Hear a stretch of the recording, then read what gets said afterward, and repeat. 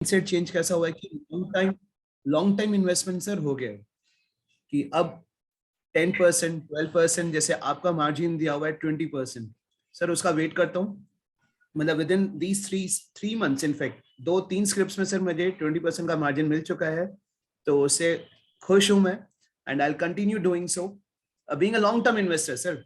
Long term daily पहले मैं देखा करता था कि कितना प्लस हुआ कितना माइनस हुआ, अब फर्क नहीं पड़ता। मुझे पता है कि मेरे ये टारगेट है, 20% वाला मार्जिन है, होगा, देखेंगे। एंड 2 अकाउंट ओपन कर लिए हैं, एक इन्वेस्टमेंट वाला, एक ट्रेडिंग वाला। इन्वेस्टमेंट में सर एवरी मंथ जैसे SIP कर रहा हूँ, थोड़ा थोड़ा डालते जाओ सर। जहां मेरा इन्वेस्टमेंट कुछ 1 लाख के आसपास था, अब 3.5 तक पहुंच चुका है। So thank you sir, thank you very thank you much. So much sir, thank you so much. Thank you sir. Now मैं आप लोग को कुछ चीजें कैलकुलेशन के थ्रू दिखाना चाहूंगा, समझाने की कोशिश करूंगा। मेरा केवल और केवल इसके पीछे ऑब्जेक्टिव है कि आपको इक्विटी की इंपॉर्टेंस समझ में आए। एक टूल पहले मैं चलता हूं। लोग कहते हैं इक्विटी मार्केट में नुकसान होता है। मैं कहता हूं आप इस चार्ट को केवल देखो। सी this chart. Nifty has started in 1991 with the value of 1000, sorry, 1991, yes, and today it is 18,000। मुझे आप बताओ किस डेट पे आपने पैसा लगाया पास्ट में कि आपको नुकसान हो गया? किस डेट पे पैसा लगाया? देखिए नुकसान बहुत लोगों को हुआ। नुकसान बहुत, many people have lost money in the Nifty itself। और एवरी डे निफ्टी में तो लोग जो निफ्टी के कॉल पुट करते हैं वो रोज गवाते हैं, एवरी डे। लेकिन इस चार्ट को देखिए। If I have invested here somewhere in here here here, कहीं भी मैंने किसी भी वैल्यू पे इन्वेस्ट किया, मुझे तो ये दिखता है कि ये ऊपर ही जा रहा है। मेरा लॉस कैसे हुआ? मुझे आज तक ये समझ में आया मेरा लॉस कैसे हुआ। लॉस कहाँ होता है? लॉस उन लोगों का होता है जो किसी इफेक्ट में आके, suppose any one of you is attending my class today for the first time, और कल सवेरे गए और सारी एफडी तोड़ा और जाके इक्विटी में लगा दिया, तो लॉस होगा। तो लॉस होगा। Equity is the place to create wealth. Always ऐसे, equity is the place to create wealth. Equity is not a place to deposit your created wealth. आपको अपनी क्रिएटेड वेल्थ को ले जाके नहीं घर भर बेच के उसमें लगा देना है। ऐसा अगर लगाना है, लगता है आपके पास कुछ वेल्थ है जो आपके कहीं गलत एफडी वेफडी में लगा हुआ है, it is not giving return, तो उसको भी लगाने का एक तरीका होता है। उसको इन्वेस्ट करने का, there are ways how to invest in equity. But equity में see this chart, any one of you, थोड़ा सा एक mindset, you can be of any background, tell me from 1991 कभी क्या ये चार्ट नेगेटिव चला गया क्या? ऊपर गया नीचे गया, ऊपर गया नीचे गया, अल्टीमेटली तो ये ऊपर ही जा रहा ना। तो अगर मैं 10 साल पहले पैसा लगाया, मैंने 15 साल पहले पैसा लगाया, मैंने 20 साल पहले पैसा लगाया, मेरे को लॉस कैसे हो गया? लॉस कहां होगा और कैसे होगा? मुझे आज तक समझ में नहीं आया। देखिए मैं आपको कुछ चीजें और दिखाता हूं। देखिए निफ्टी, मैं इंडेसेस में जाता हूं, निफ्टी बैंक को देखते हैं। See this Nifty bank, if you see all time, tell me, आपको आपका पैसा which was 32,000, let it be a money, it came to 16,000। But see the situation from here to here, anywhere 1,000 rupees invested in somewhere in 2002 is now 40,000। आप इस CAGR को मैं आपको अभी करके दिखाऊंगा, ये कितना CAGR है। क्यों हमें ऊपर जाएगा तो खरीदना है, नीचे जाएगा तो बेचना है, नीचे जाएगा तो खरीदना है, ऊपर जाएगा तो बेचना है? इस सारे के बारे में सोचना ही क्यों है? इतना दिमाग लगाना ही क्यों है? हमें यह समझ में आता है कि जी इट विल गो अप। मैं हमेशा कहता हूं सुनील त्रिपाठी का अगर जन्म हुआ है तो सुनील त्रिपाठी को एक दिन ऊपर जाना है। अब इस ऊपर जाने को आप दो सेंस में कुछ भी कह सकते हैं। या तो मुझे भगवान के पास जाना है एक दिन, सबको जाना है, या ऊपर जाना है मींस बड़ा आदमी बनना है। सिंपल सी बात। आप काम करेंगे आप ऊपर जाएंगे।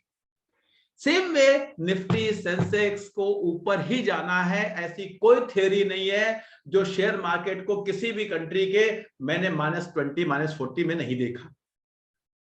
वो फ्लक्चुएशंस हो सकते हैं, 5-5 साल तक फ्लक्चुएशंस हो सकते हैं। If you have invested money in 2010, see this 2010, if you will see your money in 2014, it will be same amount.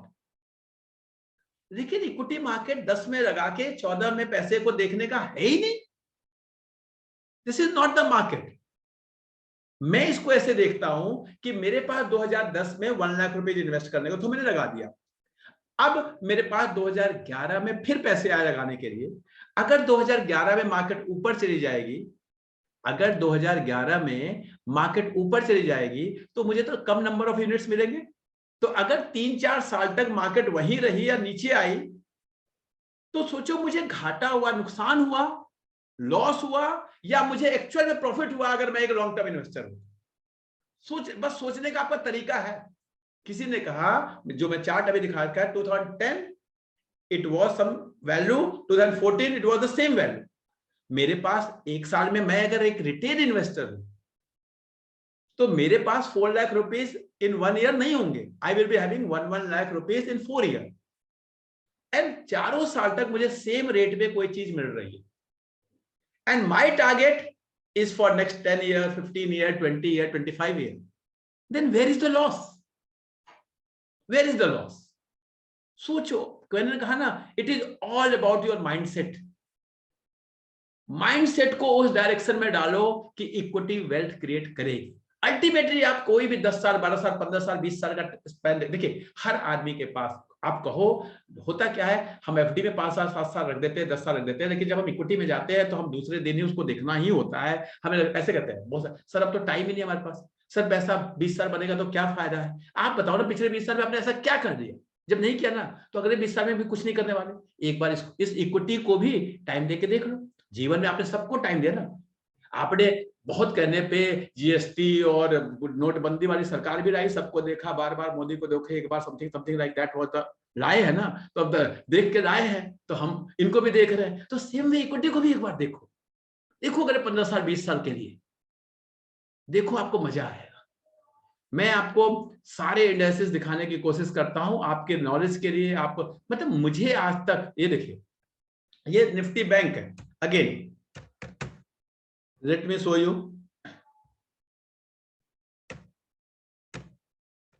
Nifty auto को देखते हैं, चलिए जी, या एफएमसीजी देखते हैं। सी दिस एफएमसीजी, क्या मार्केट है। मैंने 2001, 2, 3, 4, 5, 6 कहीं भी खरीदा, एनी प्राइस पॉइंट पे खरीदा, मुझे समझ में नहीं आता। 2001 से 2020 तक देखिए 1000 has become 40,000। Calculate the CAGR, मैं भी आपको करके दिखाता हूं। सी द CAGR, ये लीजिए, ये एक टूल है, कभी आप लोग चाहें तो इसको नोट कर लें। ET मनी का बहुत अच्छा टूल है, आपको काम आएगा। यहां देखिए आपको मिलेगा कैलकुलेशन ऑफ CAGR, ये देखिए कहीं आपको इसमें मिलेगा CAGR calculator. It will help you, कभी आपको घर पे कुछ कैलकुलेशंस करनी हो। देखिए मैं आपको दिखाता हूं कितना अच्छा टूल है। It was 1000, now it is 40,000। 40,000 how many years? 20 years. 2001 से 2022 इयर्स रहते हैं एक्चुअल में, 22 years. Now see the CAGR, it is 18.26। बिना दिमाग लगाए, कोई टेक्निकल नहीं पढ़े, कोई फंडामेंटल नहीं पढ़े, अपनी जॉब करते हुए, अपना ऑफिस जाते हुए, केवल पैसे को मैं डाबर, नेस्ले, HUL, ITC में डालता गया। FMCG मींस FMCG कंपनीज का बंच, और मेरे को ये देखिए सी 18 पॉइंट, क्यों मुझे 5% वाली FD में लगाना है, मुझे तो आज तक समझ में नहीं आया। मैं तो नहीं लगाता। कैसे लॉस हो जाता है लोगों को? समस्या क्या है कि हमें मल्टी बैगर चाहिए, हमें ऐसा चीज चाहिए जो कल डबल हो जाए, हमें कुछ ऐसा चाहिए कि हम एकदम बॉटम पे उसको खरीदें, हमें कुछ ऐसा चाहिए कि उसको हम टॉप पे बेचें। ऐसी थियरीज के चक्करों में कम से कम पड़ेंगे। मैं रिटेल इन्वेस्टर्स की बात कर रहा हूं। अब सुबह वाली बात, जो लोग कुछ सुबह जुड़े थे उन्होंने कुछ, अब से कॉन्ट्राडिक्ट हो सकता है मेरी कुछ बात करें, because I put the message itself कि जो लोग इक्विटी में कभी नहीं आए हैं, जो इक्विटी को नहीं समझते हैं, जो इक्विटी को अपना दुश्मन मानते हैं, इक्विटी को खराब चीज मानते हैं, इक्विटी में लॉस करके कहते हैं कि no equity is not good thing, उनके लिए ये सेशन दे रहा हूं मैं चाहता हूं कि इक्विटी की इंपॉर्टेंस को समझो। आप केवल गूगल पे जाओ, यहां देखिए, गूगल पे जाके केवल इंसान लिखे CAGR of Nifty Nifty in last 20 years, बस इतना लिख दीजिए। आपको पता चलेगा कि निफ्टी का CAGR करीब करीब 12-12.5% है। ये CAGR बहुत अच्छा होता है, बहुत, ये CAGR आप समझ नहीं सकते कितना अच्छा होता है। मैं आपको एक कैलकुलेशन करके दिखाता हूं, इस बात को बस समझना है। अगर आप यहां पे मैं जाइए, दिखाता हूं मैं आपको, ये 12-12.5% का CAGR टू उसमें जाके see this CAGR is what going to give you in long term. ये जो कंपाउंडिंग का बेनिफिट है ना, इस बेनिफिट को आपको निकालना है। Here is the SIP calculator, see this, केवल इस कंपाउंडिंग के बेनिफिट। अगर मैं केवल, कौन ऐसा है आप में से जो कहे कि नहीं सर मैं तो 1000 रुपीज मंथ का सेविंग नहीं कर सकता हूं? एनी वन ऑफ यू, मुझे नहीं लगता कोई ऐसा होगा जिसने मुझे ज्वाइन कर रखा है। आप अपने लाइफ में 20 साल, 25 साल, 30 साल आप जॉब करते हैं, आप उस जॉब में केवल आपको जिस दिन से आपने जॉब करना शुरू किया, आप कहें जी मैं तो केवल 1000 इन्वेस्ट करता हूं, केवल 1000। आप देखिए पैसा कितना होता है। आप देखिए जरा, 1000 रुपीज 30 साल के बाद आपको 35 लाख रुपए देता है। और अगर आप में से कोई ऐसा है जो इसके अभी छोटे बच्चे हैं, अगर आप, मैं कई बार बताता हूं कि अगर आपने अपने किसी बच्चे के बारे में सोच लिया कि मेरा बेटा हुआ है, मैं उसके लिए 1000 रुपीज पर मंथ इन्वेस्ट करूंगा। कब तक करूंगा? जब तक वो जॉब में ना आए। उसके बाद जिस दिन वो जॉब में आ जाएगा तब कहूंगा बेटा मैंने आपके लिए एक प्रोग्राम लिया था, एक, और आप 1000 रुपए पर मंथ करिए। और वो तब तक करेगा जब वो रिटायर हो जाएगा, 60 ईयर्स में वो रिटायर हो जाएगा। देखिए कितना पैसा बनता है। मैंने केवल 12, ये कैलकुलेशन देखिए please, this is calculation is only on 12% which market will give you average. You need not to use your mind at all, you need not to use any expertise at all. 13 crore रुपए होते हैं। और अगर आपने कोई classes vases ले ली, थोड़ा सा एक्सपर्ट समझ लिया, इसको जान लिया, इसको अगर आप इस 12 को आप 15-18 पहुंचा पाते हैं एज पर योर एक्सपर्टीज, तो ये पैसा कितना हो जाएगा आप समझ नहीं सकते। देखिए 300 करोड़, मतलब you can not even imagine. 1000 रुपए, कौन है आप में से एक आदमी बोले कि नहीं सर मैं तो 1000 रुपए सेव नहीं कर सकता अपने बच्चे के लिए?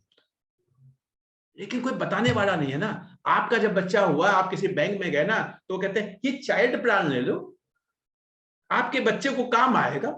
और आप वो चाइल्ड प्लान 10,000 रुपए महीने वाला ले लेते हो, साल का 50,000 रुपए देते हो, और उसके बाद उसका क्या होता है भगवान जाने। मैं कहता हूं उस बच्चे के लिए आप 1000 रुपीज कर लो, आपका बच्चा आपको जिंदगी भर आपके कहेगा मेरी माँ ने, मेरे पापा ने मेरे लिए कुछ किया है। मैं आपको बता रहा हूं, आप सोच नहीं सकते कितना किया है। और आपको कुछ नॉलेज, कुछ किसी सुनील त्रिपाठी की क्लासेस करने की जरूरत नहीं, किसी यूट्यूब पे जाने की जरूरत है, कुछ नहीं, निफ्टी में डालो। लोग कहते हैं सर ये कंपनी खराब हो गई, कोई कंपनी भाग गई, 60 ईयर्स बाद क्या होगा? 60 ईयर्स बाद एक्स कंपनी रहेगी कि नहीं, वाई कंपनी रहेगी कि नहीं, ये नहीं पता, लेकिन निफ्टी जरूर रहेगा, निफ्टी जरूर रहेगा। क्यों? अगर एक्स कंपनी खराब हो गई तो वो निफ्टी से बाहर चली जाएगी, उसकी जगह वाई कंपनी आ जाएगी। ए कंपनी खराब हो गई, वो निफ्टी से बाहर चली जाएगी, दूसरी कंपनी आ जाएगी। सेंसेक्स 1970-71 टू में शुरू हुआ, आज तक है, लेकिन क्या उसके 30 कंपनियां आज तक है? ऐसा नहीं है। तो आप निफ्टी में तो कर सकते हैं। अब फिर कहते हैं सर एक तरफ तो आप कहते हैं इस CAGR को थोड़ा सा बढ़ा दो, फिर आप कहते हैं निफ्टी या सेंसेक्स में रहो तो हमें हमारा CAGR तो 12 ही रहेगा। यस, उसको आप उसको भी बढ़ा सकते हो बिना नॉलेज के। क्या करना है?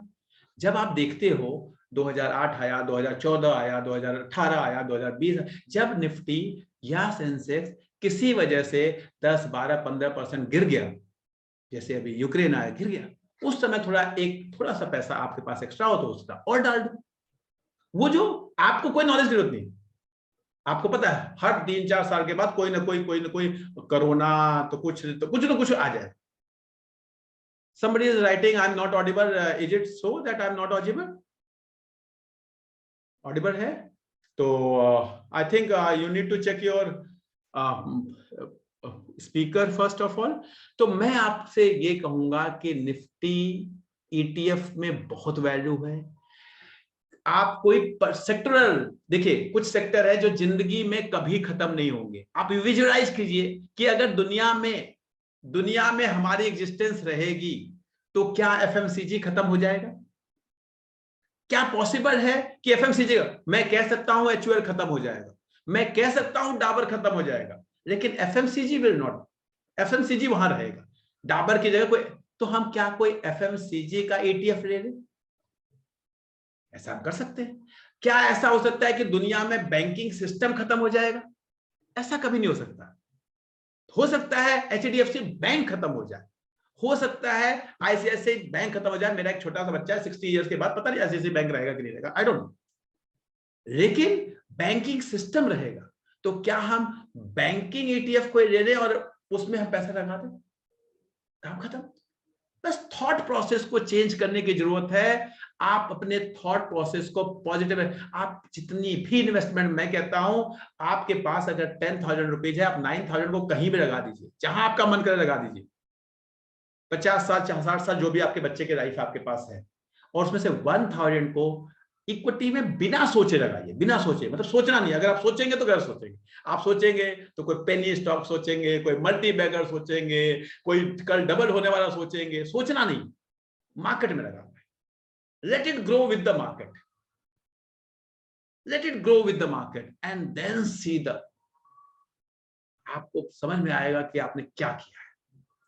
बहुत इस मार्केट में बहुत खूबी है। इस मार्केट जो मैकेनिज्म है ना, मार्केट से अच्छा कोई परफॉर्म नहीं करता। कोई फंड मैनेजर जो है, अगर आप बात करेंगे 30 साल 40 साल 50 साल में, तो शायद आपको 2 फंड मैनेजर मिलेंगे जो मार्केट से बेटर परफॉर्म करेंगे, शायद 2 मिलेंगे 3। तो क्यों ना मार्केट की बेनिफिट ले। मैं तो मार्केट की बहुत बेनिफिट लेता हूं। सिंस क्या होता है कि हम इन्वेस्ट करते हैं, दिन भर लगे रहते हैं, एक्सप्लोर करते हैं, तो अच्छे शेयर्स में लगाते हैं, फिर निकलते हैं, वो करते हैं। लेकिन मैं जब बात करता हूं रिटेलर्स की, जब मैं बात करता हूं सर्विस क्लास की, मैं बात करता हूं जो मिडिल क्लास ये कहता है कि हम वेल्थ नहीं कमा सकते, मैं उनकी बात करता हूं। मैं आपको बता रहा हूं मिडिल क्लास सबसे अच्छा वेल्थ कमा सकता है। क्यों? क्योंकि मिडिल क्लास के पास एक पावर है जो अमीरों के पास नहीं होती। वो कौन सी पावर है मिडिल क्लास के पास? वो पावर है सेविंग की। आपको पता है इंडिया की savings in percentage is more than USA। क्यों? क्योंकि इंडिया में मिडिल क्लास ज्यादा है। मिडिल क्लास के पास ये होता है, वो 10 रुपए कमाता है तो 1 रुपए 2 रुपए 5 रुपए सेव करने की कोशिश करता है। लेकिन जो बड़े आदमी होते हैं ना, वो 10 कमाते हैं, 12 लगाते हैं, 2 कहीं और से क्रेडिट कार्ड से भी शॉपिंग करते हैं, वो ऐसे काम करते हैं। तो आपकी जो पावर है ना, सेविंग करने की जो पावर है, ये this is the biggest power you have. ये सबके पास नहीं होती। देखिए, wealth is not the function of your income. Always remember, आप कितना कमाते हैं इससे आपके वेल्थ पे कोई फर्क नहीं पड़ता। Wealth is the function of your wisdom, your investment, your thought process. आपकी जो थॉट प्रोसेस है ना, वो आपकी वेल्थ क्रिएट करती है। आप ये सोचिए कि मैं ज्यादा कमाऊंगा, मेरे पास, मैं जिस सोसाइटी में रहता हूं, सॉफ्टवेयर कंपनियों में काम करने वाले ऐसे ऐसे बच्चे हैं जो ज्वाइन करते हैं तो 30 लाख 40 लाख 50 लाख के पैकेज पे ज्वाइन करते हैं। हम 15 साल नौकरी करने के बाद 30 लाख के पैकेज पे पहुंचे थे। फिर ऐसा क्या हुआ कि वो, लेकिन फिर भी आप देखेंगे कि 10 साल 15 साल जॉब करने के बाद अगर किसी वजह से अगर उनकी जॉब छूटी तो 6 महीने सर्वाइव नहीं कर पाते, 6 मंथ वो सर्वाइव नहीं कर पाते वही बच्चे। ऐसा क्यों? क्योंकि उनकी इनकम बहुत अच्छी है, लेकिन गलती कहां होती है? सेविंग्स। लाइफ की बहुत इंपॉर्टेंट चीज है आपकी, वो है सेविंग। जिस इंसान को अपनी इनकम से 25-30% रेगुलर सेविंग करना आ गया, आपने समझ लीजिए आधा काम आपने कर दिया। नेक्स्ट है कि उस सेविंग को इन्वेस्ट कहां करें। क्या हम बैंकर के पास, देखिए आप इस बात को समझने की कोशिश कीजिए। मैं सुनील त्रिपाठी, लोग कहते हैं सर आप इतना सोसाइटी, बहुत लोग कहते हैं सोसाइटी, मैं किसी के लिए कुछ नहीं कर रहा हूं। मैं जो कर रहा हूं अपने लिए कर रहा हूं, पहली बात तो जान लीजिए। मैं कोई साधु महात्मा थोड़ा, कोई मैं समाज सेवा कर रहा हूं, मैं कर रहा हूं, मैं अपनी ग्रोथ के लिए कर रहा हूं। मैं अगर संडे के दिन सुबह उठता हूं, पीपीटी बनाता हूं, सुबह 9:30 बजे आपके सेशन लेता हूं, फिर दिन में काम करता हूं, क्लासेस देता हूं, फिर इवनिंग में ले रहा हूं, ये this work I am doing for my self, for my growth. और आपको अगर आगे बढ़ना है तो आपको काम करना पड़ेगा, आपके लिए कोई और काम करके नहीं, काम तो आपको करना पड़ेगा। अब वो काम कैसे करना है? काम होता है, एक लेबर वाला काम होता है, और एक कहते हैं ना, जब मैं काउंसलिंग के लिए स्कूलों में जाता हूं तो वहां एकदम क्लियर बताता हूं, कुछ बच्चे बहुत मेहनत करते हैं, लेकिन जब आप उनके लाइफ में सक्सेस की बात देखेंगे तो जो बच्चे थोड़ा सा इंटेलिजेंट होते हैं, जो अपनी स्ट्रेटजीज को बना पाते हैं, वो हमेशा, मैं आपको एक एग्जांपल बताता हूं, इस बार मैंने ऐसे, बल्कि 2 साल से आपने देखा होगा, बहुत सारे ऐसे बच्चे हैं जो आईआईटी एडवांस के लिए क्वालिफाई होने के बाद भी एडवांस में बैठे ही नहीं, कहते जी आईआईटी मेंस पे मुझे कंप्यूटर साइंस का ये इंस्टीट्यूशन मिल रहा है, मैं एनआईटी मिल रहा है, ट्रिपल आईटी मिल रहा है, मैं जा रहा हूं, वहां जाकर उन्होंने एडमिशन ले लिया, क्योंकि दे आर इंटेलिजेंट, उनको पता है कि आगे मार्केट में डिमांड क्या है। मैं आईआईटी क्लियर करूंगा, मुझे कहीं मटेरियल साइंस मिलेगा, मुझे कहीं पता चलेगा केमिकल साइंस मिलेगा, कहीं कंप्यूटर साइंस मिला या नहीं मिला, उस तब तक मेरा एनआईटी का ऑप्शन निकल जाएगा। और मैं अगर कंप्यूटर साइंस में जा रहा हूं, आज की डिमांड है, तो दे आर द इंटेलिजेंट। तो आपको कई बार होता है कि मैं बहुत मेहनत नहीं करना है, आपको अपने इंटेलेक्ट को यूज करना है, अपने विजडम को यूज करना है, नॉलेज को यूज करना है। कहते हैं ना, लेबर तो पत्थर तोड़ने वाला भी बहुत, रिक्शा चलाने वाला भी बहुत मेहनत करता है, वो बेचारा मेहनत थोड़ा ना करता है, ऐसा थोड़ा ना कि वो मेहनत नहीं करता है। आप कह सकते नहीं जी वो मेहनत नहीं करता है, वो बहुत मेहनत करता है। लोग स्कूल में आते थे और बहुत आपका बच्चा मेहनत नहीं करता, पेरेंट्स को बैठा देते थे, तो आपका बच्चा मेहनत नहीं करता। ऐसा नहीं है, ये 10th 11th 12th के जो बच्चे हैं आज की जनरेशन के, बेचारे बहुत मेहनत करते हैं। ये हमारे गलत थॉट प्रोसेस, अब कई बार पेरेंट को बैठा देते हैं, आपका बच्चा मेहनत नहीं करता। हो सकता है उसको कुछ समझ भी नहीं आ रहा हो, मेहनत कर रहा हो, किताब लेके बैठा हो, दिन भर 4-4 घंटे बैठा हो उस, लेकिन वो क्या सही मेहनत कर रहा है, दैट इज मोर इंपॉर्टेंट। ऐसा थोड़ा ना कि वो लेके पत्थर दिन भर तोड़ना शुरू करेगा तो उसके अकाउंट्स में नंबर आ जाएंगे, इकोनॉमिक्स में नंबर आ जाएंगे, फिजिक्स में नंबर आ जाएंगे। मेहनत, सही मेहनत करना बहुत इंपॉर्टेंट है। तो सेम में इक्विटी खराब है बोल देना, इक्विटी से दूर भाग देना। मैं हमेशा कहता हूं कि अगर मुझे यहां से दिल्ली जाना है, समझने की कोशिश किया, मुझे यहां से दिल्ली जाना है, मुझे गाड़ी चलाने नहीं आती, इसका कहीं से मतलब नहीं होता कि मैं दिल्ली नहीं जाऊंगा। क्या इसका कहीं से मतलब होता है कि मैं दिल्ली नहीं जाऊंगा? मैं ऑटो करूंगा, मैं उबर करूंगा, मैं मेट्रो करूंगा, मैं किसी फ्रेंड के साथ जाऊंगा, मैं बस पे जाऊंगा, मैं दिल्ली तो जाऊंगा ना। सेम में मुझे ये समझ में आना चाहिए कि इक्विटी एक अच्छी चीज है, इक्विटी में मुझे इन्वेस्ट करना है। लेकिन मुझे इक्विटी नहीं आती तो क्या मुझे इक्विटी सीखना ही जरूरी है? ये जरूरी नहीं है। लेकिन क्या मैं इक्विटी में नहीं जाऊंगा? ये भी बिल्कुल जरूरी नहीं है। इक्विटी में आपको जाना है, इक्विटी के बेनिफिट को आपको लेना है। बहुत सारे एक्सपर्ट्स हैं, उनके बेनिफिट्स को लीजिए, म्यूचुअल फंड्स है, ईटीएफ्स हैं, मार्केट प्रोडक्ट्स हैं, आपको कुछ जरूरत ही नहीं है, समझिए। लेकिन समझना है, इसकी इंपॉर्टेंस को समझना है, इसकी इंपॉर्टेंस को समझिए। इक्विटी आपको एक टाइम पे, मैंने बताया मैं वो इंसान हूं, मैं, अगर कोई जो मुझे बहुत पुराने जानते हैं, 1-2 लोग जुड़े होंगे ऐसे लोग जो मेरे ग्रास रूट से जानते हैं मैं किस घर से आता हूं। और I am the person who retired at the age of 40। जब मैं 40 साल के एज में मैं रिटायर हुआ, 27-28 साल के बाद ही एक्चुअल सही जॉब में तो पहुंचा था। तो 12-13 साल 14 साल was more than enough for working, क्योंकि मैंने अपनी इन्वेस्टमेंट को इक्विटी में रखा। इसलिए मैंने आपको सेशन का नाम रखा था इक्विटी द माइंडसेट। आपको समझ में आना चाहिए कि इक्विटी, लेकिन जब हम इक्विटी में एंटर करते हैं तो गलती कहां करते हैं? इक्विटी में एंटर किया, पहला गलती, सबसे पहली गलती, कोई कॉल पुट इंट्राडे, या सारा पैसा एक जगह लगा दिया, या किसी से कोई हायर कर लिया, कोई टिप विप वाला हायर कर लिया। आजकल अभी कल परसों मेरे पास कोई फोन आया था, आप ही में से कोई गुजरात से फोन आ जाता है, हम आपको इतना प्रॉफिट कराएंगे आपसे। अरे आप सोचिए, गुजरात में बैठा हुआ आदमी एक, वो आपका शुभचिंतक होगा क्या कि अचानक आपको फोन करेगा कि आपके पास 1 लाख रुपए है, आप बड़े मुश्किल से मेहनत करके 1 लाख रुपए लेके मार्केट में आए हैं, और वो आपको रोज 5,000 रुपए कमा के देगा बिकॉज उसको कई देवदूत ने भेजा आपके पास? क्या आपको लगता है ऐसा? तो फिर ऐसे फोन्स को एंटरटेन ही क्यों करना? अब फिर पता चलता है सर हमने 1 दिन कमाया भी, सर 2 दिन कमाया भी, 3 दिन कमाया भी, और चौथे दिन वो सब वो 1 लाख भी गए, जो कमाया था उसकी तो बात ही छोड़ी। तो ऐसे चीजों में हमें नहीं पढ़ना है। इक्विटी में बहुत कहते हैं ना, इक्विटी एक मैं आपको एग्जांपल बताता हूं। जो म्यूचुअल फंड वाले होते हैं, जो डीआईआईज वाले होते हैं, उनका साल का रेवेन्यू कैसे बनता है, आप इस बात को बस केवल समझिए, आपको इक्विटी के इंपॉर्टेंस हो जाएगी।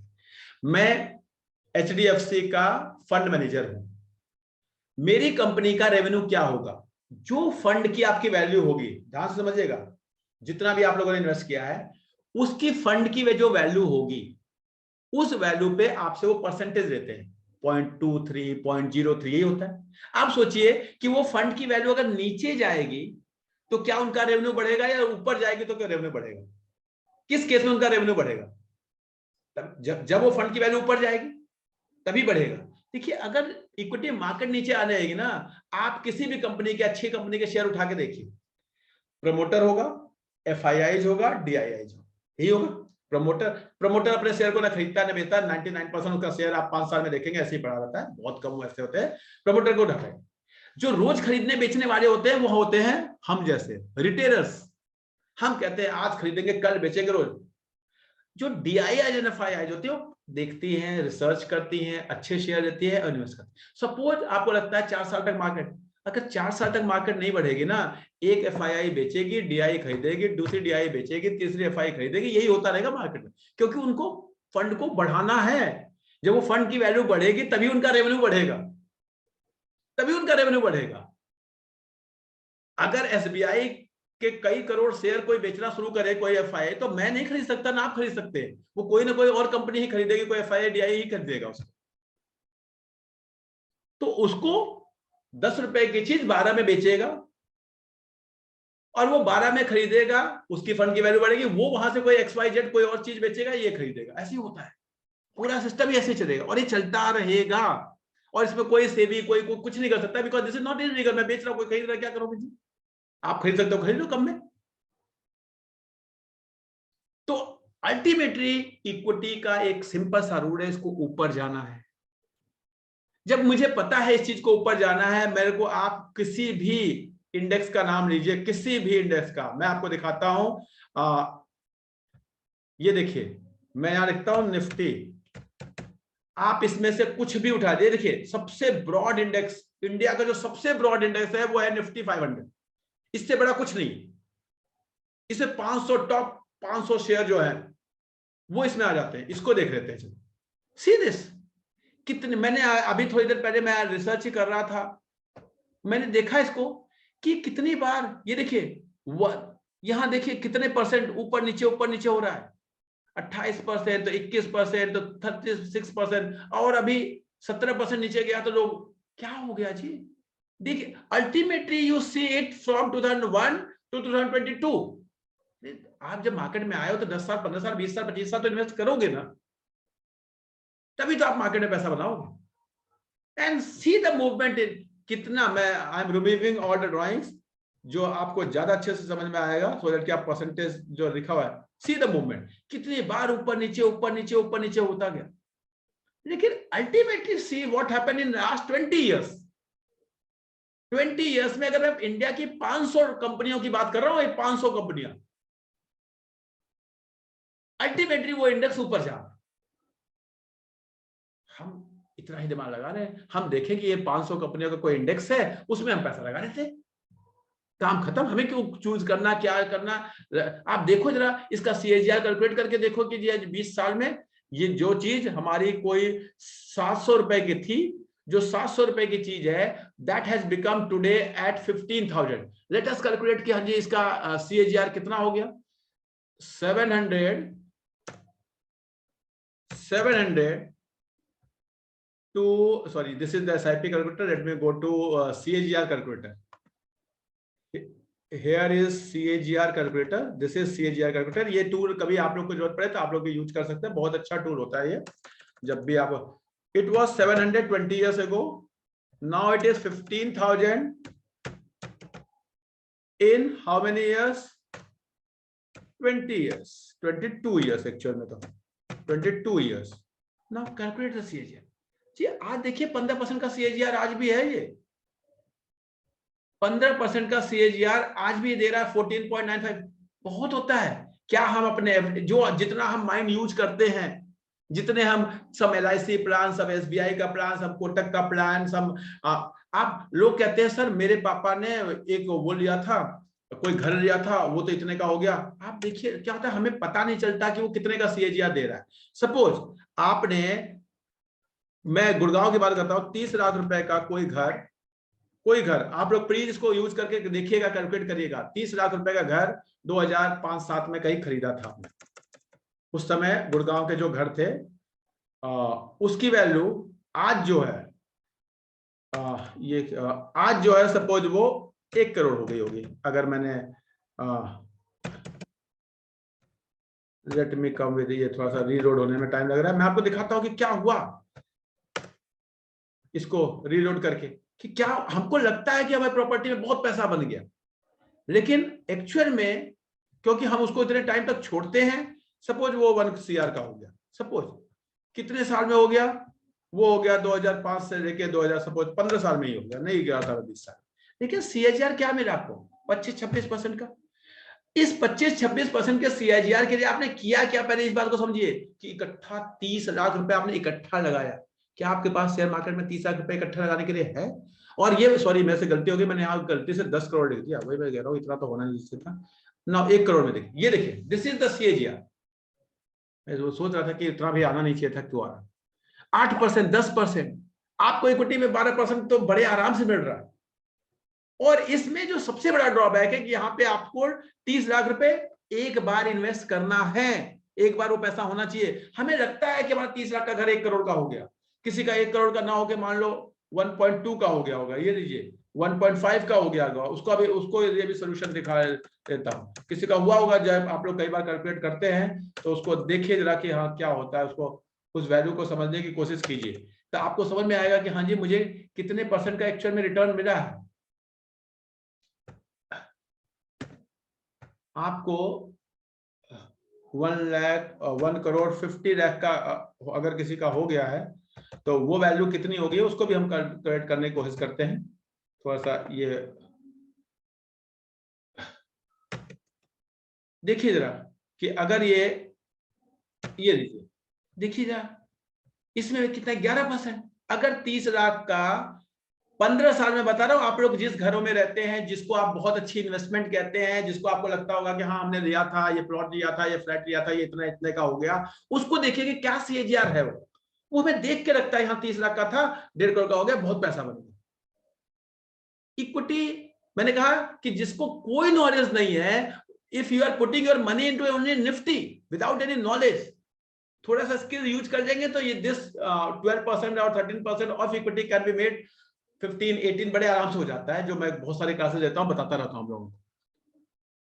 लेकिन क्या लोगों को लगता है वो जो प्रॉपर्टी में, गोल्ड में, आपको लगता है कि हमारा पैसा बहुत बन गया, लेकिन एक्चुअल में आप देखिए कि हुआ क्या है। और अगर ये 20 साल में हुआ होगा फिर तो आप इसकी वैल्यू ही आप समझिए कि वो कितने % का CAGR है। See this 8%। प्लीज अपने घर को इस कैलकुलेटर में डाल के, जिस घर में आप रहते हैं, जिसकी इन्वेस्टमेंट को आप बहुत अच्छा मानते हैं, उसको करके देखिएगा कि एक्चुअल में हुआ क्या है। हमें लगता है क्यों, क्योंकि हम उसको 20 साल 25 साल 30 साल छोड़ देते हैं, और इक्विटी की इन्वेस्टमेंट को हम 20 साल 25 साल 30 साल के बारे में सोचते भी नहीं, हम सोचते भी नहीं, छोड़ने की तो बात ही छोड़। इसलिए इस इक्विटी के टूल को समझने की कोशिश कीजिए मित्र। मैं आपको बता रहा हूं, आप में से कोई भी जो अभी 25-30 साल का है, हमें लगता है कि अभी तो लाइफ, आपके पास अभी लाइफ के बहुत साल बचे हैं। देखिए इंडिया के लाइफ एक्सपेक्टेंसी आज के टाइम पे 75, 77, 78 है। आप 80 साल जीने वाले हैं, आप 30 के हैं तो आपके पास अभी 50 साल की कंपाउंडिंग बची है। आप 40 के हैं तो आपके पास अभी अगले 40 साल की कंपाउंडिंग बची है। आप 50 के हैं तो अभी आपके अगले 30 साल 35 साल की कंपाउंडिंग बची है। उसकी बेनिफिट को यूटिलाइज कीजिए। मैं आपको बता रहा हूं, मैं आज भी इन्वेस्ट करता हूं तो ये मान के करता हूं कि मेरे पास अगले 40 साल की कंपाउंडिंग बची हुई। लोग कहते हैं पैसा बुरा क्या, अरे लास्ट टाइम में ही पैसा काम आएगा आपको। जब आप बिस्तर पे पड़े होंगे ना, आपके पास पैसा होगा तो आपको पैसा काम आएगा, और पैसा नहीं होगा तो आपके कोई काम नहीं आने वाला। बेटा बेटी बीबी पता नहीं कौन कहां होगा, पैसा होगा आपको सब कुछ काम आएगा। अब वो पैसा, अगर आप 60 ईयर्स के हो गए तो 60 ईयर्स में पैसा बना नहीं सकते, लेकिन मैं आपको बता रहा हूं, अगर आप 60 ईयर के हैं और आपकी पेंशन आ रही है, put 1000 2000 per month in good SIP, good ETF। आप 20 साल के अगर कंपाउंडिंग को यूटिलाइज कीजिए, जब आप 80 साल के होंगे उस समय आप किसी को जो भी आपके लिए काम कर रहा है उसको पैसे उठा के देंगे ना, वो आपके आगे पीछे काम करेगा। पैसा सब कुछ नहीं है, लेकिन पैसा बहुत कुछ है। पैसा बनाना है, पैसा कमाना नहीं है। कि हम बहुत जो गलती करते हैं, पैसा कमाने पे बहुत फोकस करते हैं। मैं बार बार कहता हूं, पैसा कमाने से इंपॉर्टेंट है जो आपने कमाया पैसा है उसको कैसे मल्टीप्लाई करना है, सेविंग करिए। हमने बहुत सारे कैसे सेशंस दिए हुए, अगर आप कहेंगे मैं दोबारा ले लूंगा। अपने घर का बजट जरूर बनाइए। आज सोने से पहले देखिए कि जी आज 30 तारीख हो गई, कल 31 है, वाइफ जो तुम्हें अगले महीने खरीदना है आज बता दो, वो लिस्ट लीजिए। कुछ काम का है तो ठीक है, अदरवाइज काट दीजिए। एक दिन वाइफ गुस्सा होंगी, लेकिन वही वाइफ 2-4 महीने में आपके आदत पड़ जाएगा, और उसके बाद जब आप जरूरत पड़ने पे पैसा निकालेंगे ना, वो आपके से खुश होंगे। अगले महीने क्या खरीदना है, किचन में क्या आएगा, कपड़ों में क्या आएगा, वेजिटेबल्स में क्या आएगा, कितने की वेजिटेबल्स का आपका बजट है, सिंपल सी बात है। ऐसा कई बार होता है, हम जाते हैं फ्रूट अंकल हमारे यहाँ पे, हम जाते हैं ये भी खरीद लो ये भी खरीद लो। मैं कहता हूँ जो मर्जी वो खरीद लो, मैं कहता हूँ जो मर्जी वो खरीद लो, कभी मैं रोकता ही नहीं। लेकिन क्या है, महीने का बजट फिक्स है, आज जाओ जो खरीद लो। ये मैंने आपको 6000 रुपये दे दिए वेजिटेबल्स के लिए, अब जी जाओ जी, आप एक वीक में गए 2000 खरीद लिए लाइफ। अगले वीक में फिर उसके अगले वीक में क्या करोगे जी, अब तो अचार है जी, सब्जी तो नहीं आएगी।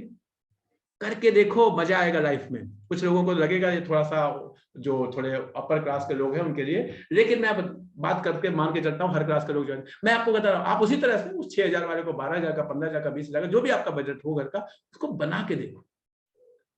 आप रोको मत, अपना बजट बना लो, अपना बजट बना लो, अपने फ्रूट्स के बजट बना लो, अपने क्लोथ, दिवाली आती है कपड़ों के। मैं आपको बता रहा हूँ, मेरी बेटी के बर्थडे का मैं बजट बना के उसको दे देता हूँ। वो अगर मैं ड्रेस लाना है तो केक लाना है तो बलून्स लाना है, let them decide, let them decide. आपका बजट होना चाहिए आपके बर्थडे का, मेरा 8000 का बजट है, मेरा 10,000 का बजट है, मेरा 20,000 का बजट, जो भी आपका, जो भी जिस क्लास में आप बिलोंग करते हैं, उस put that budget with in front of your son और डॉटर, दे दो उसको, रहने दो। आपके 8 साल के बच्चे को मम्मी के साथ, देखो पापा ने ये पैसे दिए, इसमें रहा। जब वो देखेगी कि जी केक मेरा 2000 वाला नहीं 1000 वाला आएगा या 1500 वाला आएगा, क्यों आएगा, क्योंकि मैंने बलून ज्यादा लगा दिए, उसके अंदर जो फाइनेंशियल लिटरेसी के कंसेप्ट आएंगे ना, वो आप समझ नहीं सकते, कोई किताब नहीं पढ़ा पाएगी। जो बजटिंग उसको एमकॉम में जाके पढ़ाया जाएगा, वो आप उसको आज सिखा देंगे। जब वो बच्ची आपकी कॉलेज जा रही होगी और जब आप उसको पैसे दे रहे होंगे पीजी में रहने के लिए, हॉस्टल में रहने के लिए, आपको समझ में आएगा कि आपने उसके अंदर क्या चीजें डाल दी। प्लीज मैं आप लोगों से कहता हूं, इस चीज को डालिए अपने बच्चों, अपने घर में डालिए, अपने ऊपर डालिए। मैं आपको बता रहा हूं, मैं पेट्रोल का बजट फिक्स करता हूं अपने, मुझे लगता है जी तो इस बार पेट्रोल मैंने इतना डाला। कई बार ऐसा होता है, मुझे लगता है कि नहीं जी पेट्रोल का एक्सपेंस मंथ में हो रहा है, अब मुझे दिल्ली जाना है, नहीं जी मैं गाड़ी नहीं ले जाऊंगा, मैं मेट्रो से जाऊंगा, क्योंकि मेरा तो ये बजट था, खत्म हो गया इस महीने का। करके देखो, मजा आने लगेगा आपको। और फिर उस पैसे का, जो पैसा अगर 1000 रुपए बचता है ना, उसके 4 ITC खरीद के देखो, उसके 4 ITC खरीद के देखो, फिर 2-4-5 साल बाद आपको समझ में आएगा कि आपने क्या किया अपने लिए। उसका एक अलग ही मजा है। मैं अब आप लोगों को राइट देता हूं कि आपके कुछ क्वेरीज है तो आप पूछ सकते हैं। मेरे को केवल और केवल, मुझे ऐसा लगा, आज मेरे पास टाइम था, मुझे लगा कि मैं आपसे बात करूं कि नहीं, इक्विटी बहुत इंपॉर्टेंट है, इक्विटी के में करना चाहिए। This was the sole agenda of today. और मैं कोशिश आपसे ये कहूंगा कि आप किसी पर्टिकुलर शेयर पे बात ना करके कुछ कंसेप्ट से बात करेंगे तो ज्यादा अच्छा होगा। शेयर पे बात करने का मतलब हो जाता है फिर वही टिप्स देना, वो मैं नहीं चाहता। उसके लिए हम स्टॉक पे चर्चा कार्यक्रम करते रहते हैं, जब आपको जरूरत हो तो आप बात कर सकते हैं। बोलिए, any one of you raise your hand, और कुछ बोलना है तो आप बोल सकते हैं। मधु तलवर जी प्लीज। सर मुझे एक्चुअली म्यूचुअल फंड का, मैंने आपको पहले भी कहा था कि एक क्लास लीजिए। वो क्लास जो थी ना आपकी, वो बहुत अच्छी थी, जो एक ली थी आपने, पर वो ना मतलब अनफॉर्चुनेटली थोड़ी मिस हो गई। मेरे समझ से उसकी वीडियो मैम यूट्यूब पे नहीं, आपने नहीं भेजी, यूट्यूब पे नहीं भेजी नहीं, आप भेजी। यूट्यूब पे जाइए। हाँ नहीं, आपने शायद अपलोड नहीं की है सर। अच्छा मैंने कोई आपको बात, मैं देख सब्सक्राइब लूंगा, अगर किया है। होगा तो मैं आपको पर्सनली भेज दूंगा। और बताइए।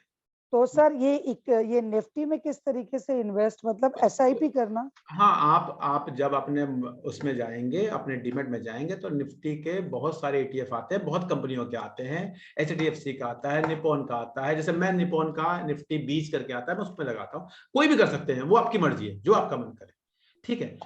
लेकिन लगाइए, पर मेरा मतलब है आपको इन्वेस्ट करना है। सेविंग बहुत इंपॉर्टेंट है, and then go for the investment. Mayank ji, आप जैसे सर प्लीज एक क्वेश्चन और था कि मैंने निपॉन में लगाए थे, तो मैंने 5 ही लिया था उसका, तो वो अभी मैम, ये 10 बड़ा ही पर्सनल क्वेश्चन होगा, एक वो प्लीज। नहीं सुनिए तो प्लीज उसको आगे सुनिए कि वो अब काफी अच्छा ग्रो कर रहा है 17-18%, तो उसमें और लगा दे क्या, सेल नहीं करना है उसको? अब अभी ये इसका बताइए, कोई भी आंसर नहीं। चलो वेदांत, आप दे दो इसका आंसर, क्या करना चाहिए।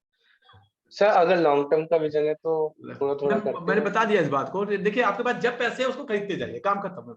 उसमें मैं क्या बताऊंगा कि अब वो मैंने आपको बता दिया, ठीक है। उस समय क्या होगा, उस समय आपने 5 खरीदा, आपको लगा, आपके पास जो बजट था, सिंपल सी बात है, जो बजट होगा वही लगा सकता है, कोई भी लगा सकता है। तो आपके पास ये एक ऐसे प्रोडक्ट है जिसको आप, जब आपके पास, देखिए निफ्टी ETF इस समय, अगर आप निफ्टी 20 की बात करें, कितना है, 190 192 ऐसे कुछ होगा। मैं तो रोज देखता भी नहीं हूँ इसलिए।